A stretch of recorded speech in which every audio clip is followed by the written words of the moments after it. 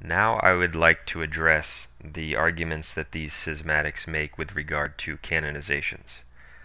They not only reject the infallibility of canonizations, but they actually hold that to consider them infallible is heretical and a denial of Vatican I. I'm going to refute that now.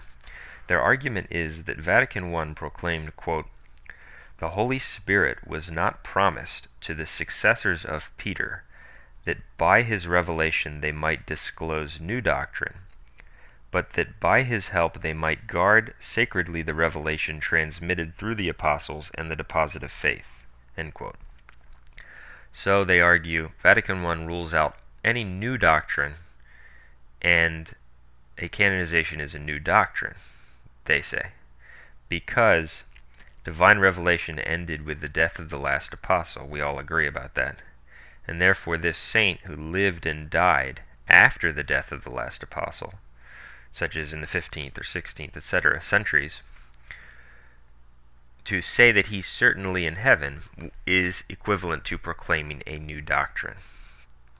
And this argument is completely false, and I'm going to refute it, but I want to point out first that it comes from this wacky heretic named R.I. in the Southwest. He's the one who actually started making this argument to deny canonizations, and the reason he made it is because he doesn't allow any room for being ignorant in good faith on any aspect of Catholic teaching, and so his radical views on that area eventually led him to condemn all kinds of canonized saints as heretics.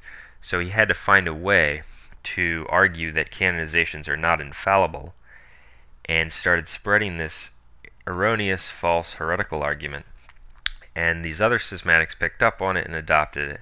It's exactly like how Protestantism spreads, how one sect member creates his church, and then another Protestant will found his own church and adopt many of the aspects of the other Protestant's church, but give his own spin to it, sort of like how the Mennonites, created their sect, and then the Amish created their own sect as a break-off of the Mennonites. That's exactly what's going on with these radical schismatics. Now, how to refute the argument. Vatican I is denouncing the idea that a pope could infallibly, or was given infallibility, to proclaim a new point of divine revelation. That does not mean or prove or show that the Church's infallibility is limited to defining on matters of divine revelation. We agree a canonization of a saint is not a truth of divine revelation because divine revelation ended with the death of the last apostle. But it is an infallible judgment of the Church because the Church's infallibility extends to its ongoing mission and other things outside of defining on points of divine revelation. It's not limited to that. For example, here are some matters which represent areas in which the Church makes infallible judgments, but are not strictly speaking truths of divine revelation, such as, for example, Pope Leo XIII's solemn declaration in the bull Apostolicae Curae of 1896 that Anglican orders are invalid. He solemnly pronounced that the Anglican ordinations are not valid. Well, the Anglican rite of ordination and episcopal consecration came into existence after the death of the last apostle. So this is not a truth of faith or morals handed down in divine revelation. It's not a dogmatic statement, but it is an infallible judgment, related to faith. Another example would be the Council of Florence's solemn definition that the Filioque Creed, or clause, and the Son was lawfully added to the Nicene Constantinople Creed. That addition of the Filioque to the Creed, of course, occurred after the death of the last apostle. It's not part of divine revelation that closed with the death of the last apostle that the Filioque was lawfully added to the Catholic Creed. But the Pope is infallibly judging that it was lawfully added. And you can find the quote for that statement in the Council of Florence, the decree Latentur Celle, July 6, 1439, Denzinger 691, Quote, "We define in addition that the explanation of the words filioque, for the sake of declaring the truth and also because of imminent necessity, has been lawfully and reasonably added to the creed." End quote. According to these schismatics, that is not infallible because it's not, strictly speaking, a matter of divine revelation. It could be wrong. It could have been sinful, in other words, to add that to the creed.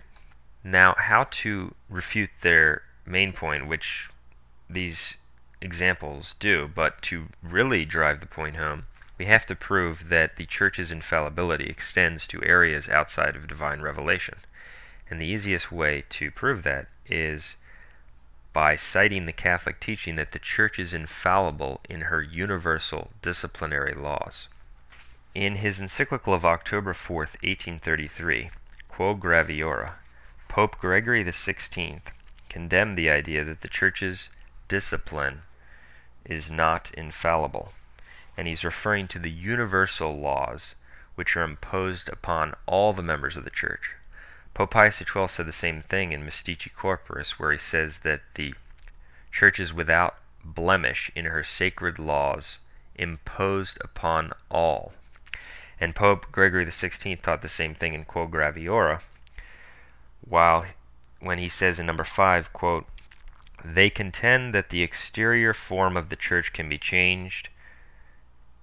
When they do this, do they not subject to change even those items of discipline which have their basis in divine law, and which are linked with the doctrine of faith in a close bond? Does not the law of the believer thus produce the law of the doer? Moreover, do they not try to make the Church human by taking away from the infallible and divine authority by which divine will it is governed? And does it not produce the same effect to think that the present discipline of the Church rests on failures, obscurities, and other inconveniences of this kind, and to feign that this discipline contains many things which are not only useless, but which are against the safety of the Catholic religion?" End quote. So he says that the governing of the authority of the Church is infallible. That proves that the Church's infallibility extends to areas outside of strictly defining on matters of faith or morals that were revealed in divine revelation. In the very same encyclical, and in fact in that same paragraph, he makes reference to Pope Pius VI's dogmatic decree Auctorem Fidei and the condemned error number 78 of that constitution. In that error, people were asserting that the Church's discipline could lead to superstition and other things, and it was condemned. Now, this applies to the Church's universal laws, and something such as the 1917 Code of Canon Law, which only bound the Latin Church, not the Universal Church, would not be a universally binding law.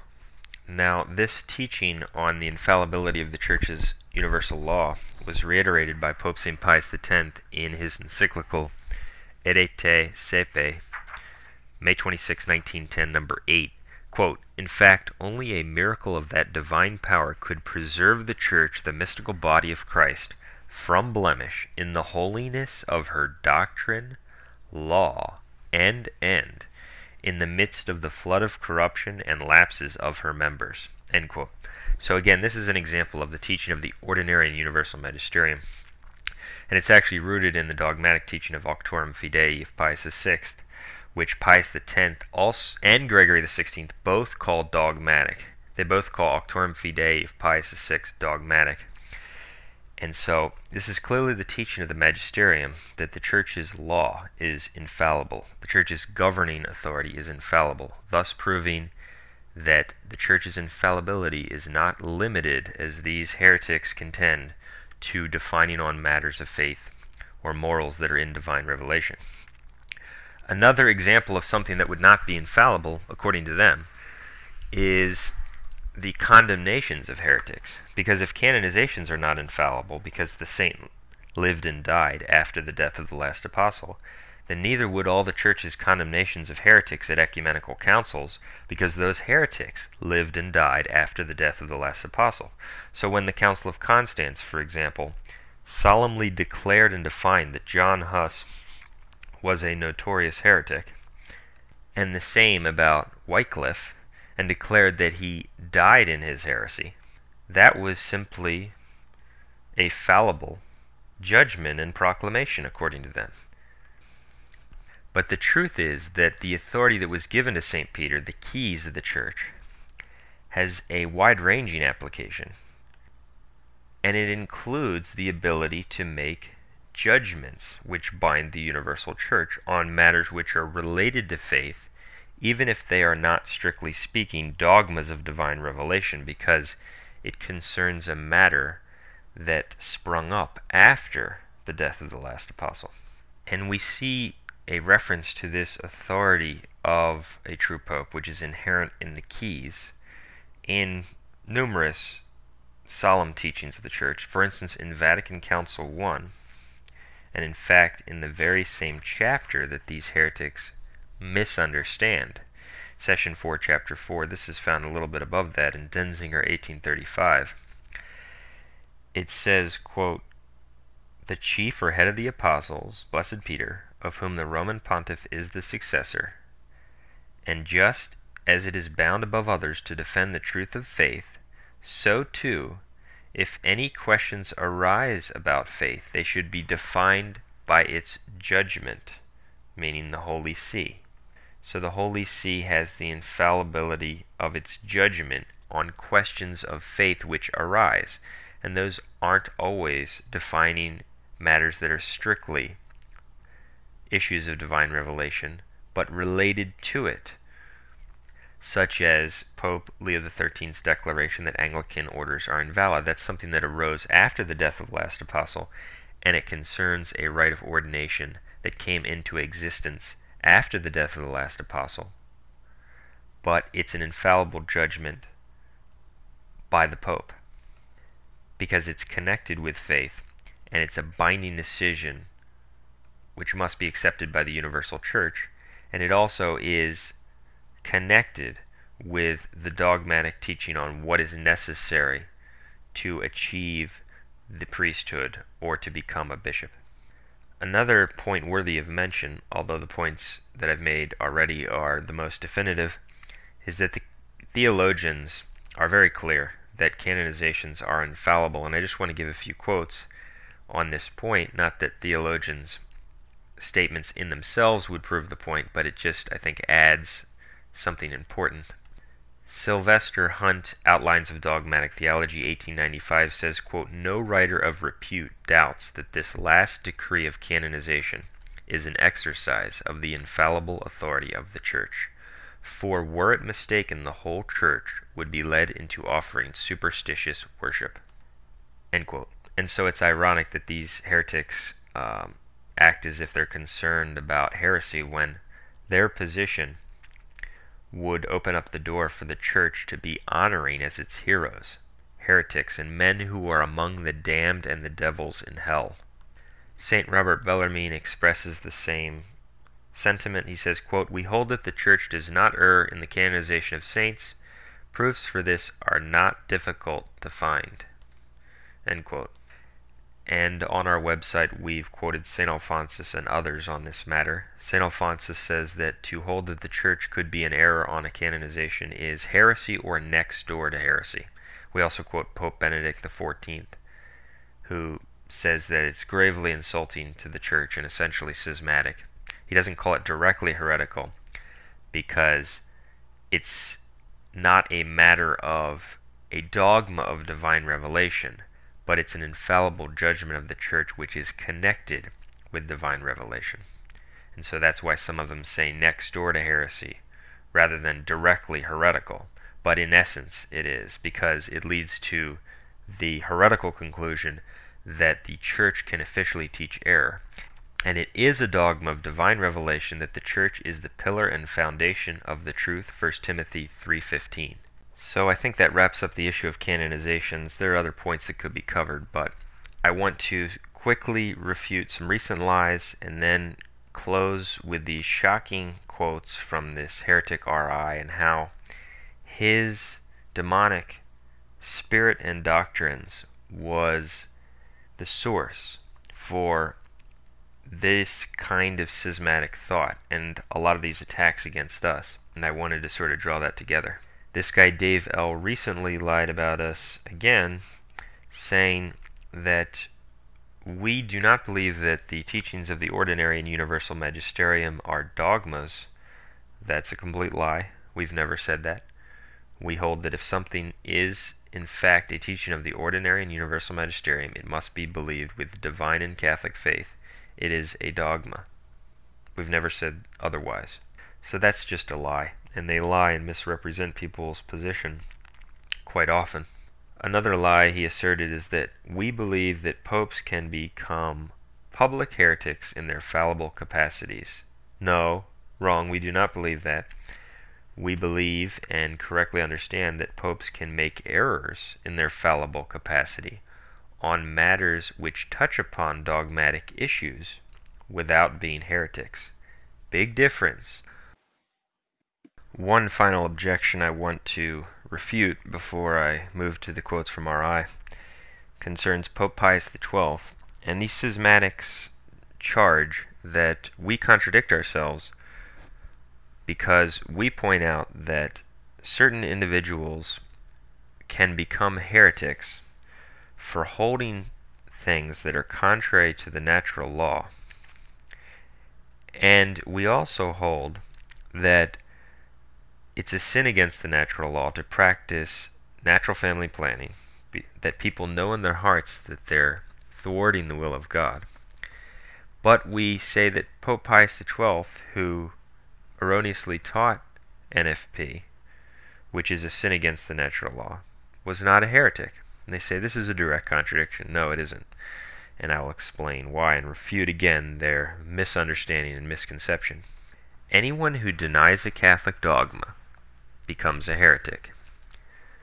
The only way that someone who has not seen a Catholic dogma, and is therefore not obstinate against it, can become a heretic prior to demonstrating such obstinacy, is if he adopts an opinion which conflicts directly with an essential truth of faith or morals in the Trinity and the Incarnation, or is a heresy against the natural law which translates into a direct rejection of the truth about God. For example, I mentioned earlier the example of someone who would adopt the idea of justification by faith alone, that as long as they believe, they can do whatever and they will be rewarded. That is heresy, even if they haven't seen that heresy directly condemned, because everyone must know that God is a rewarder and a punisher. Okay, he knows in his heart that he is. And so to imbibe that theology would be heresy because it translates into a direct rejection of the truth about God. In the case of natural family planning, it has not been positively condemned by the Church. In other words, there's not a decree which positively says that if anyone says that natural family planning is an acceptable practice, let him be anathema. Or if anyone says that you can use certain periods and avoid others to avoid the conception of children, let him be anathema. We can prove that it's false by the positive information and positive Catholic teachings on the primary purpose of the Marriage Act. And so while the individuals who are practicing NFP know in their hearts that they're thwarting the will of God, the false teaching of NFP by Pius XII wouldn't necessarily translate into a direct rejection of the essential truths that one must know about God himself. So there's no contradiction in our points there at all. Pius XII was definitely wrong in his teaching on NFP. We can prove that by the positive evidence, but it is not sufficient to absolutely show that he was a notorious non-Catholic and heretic. He was simply wrong, and the case that his statement proves that he is a non-Catholic heretic would be much stronger if there were a positive statement directly condemning natural family planning, rather than simply the evidence which shows that it's condemned when you combine it together about the primary purpose of the Marriage Act. That being said, Pius XII was, in our view, a terrible pope, a bridge to the great apostasy and very close to being a heretic, but we simply do not believe that there is enough evidence at all to say that he was definitely a heretical anti-pope.